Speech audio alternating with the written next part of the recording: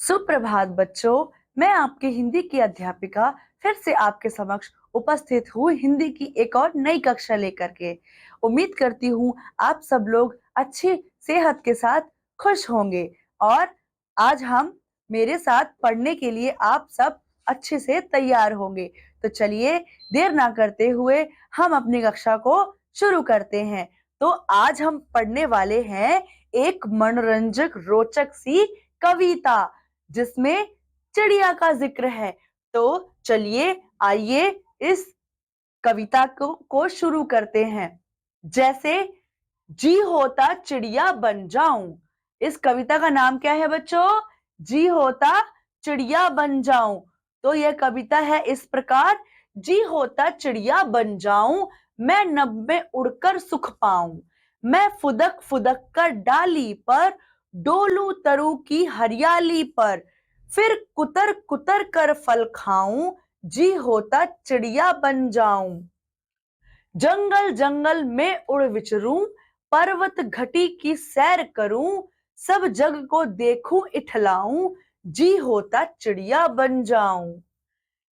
कितना स्वतंत्र इनका जीवन, इनको ना कहीं कोई बंधन।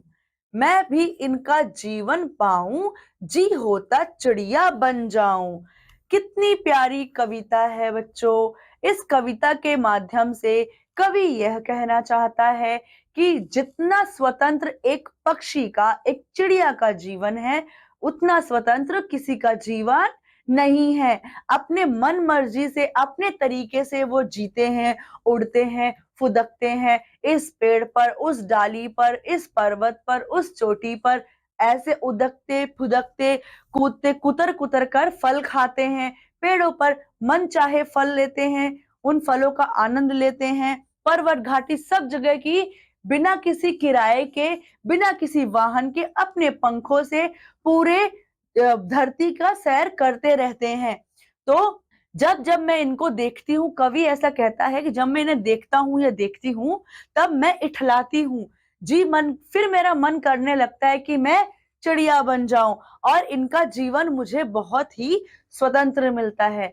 अगर मैं कभी बन पाऊं तो मैं चिड़िया बन जाऊं, ऐसा कवि की इच्छा है। ऐसी इच्छा कवि प्रकट करता है। तो चलिए बच्चों, ये कविता आपको कैसी लगी? उम्मीद है आप सबको ये कविता बहुत अच्छी लगी होगी। और अब हम मिलेंगे अगली क्लास में, अगली कक्षा में। तब तक के लिए आपका ध्यान रखिए, खुश रहिए, पढ़ते रहिए, सीखते रहिए। चलिए बाय।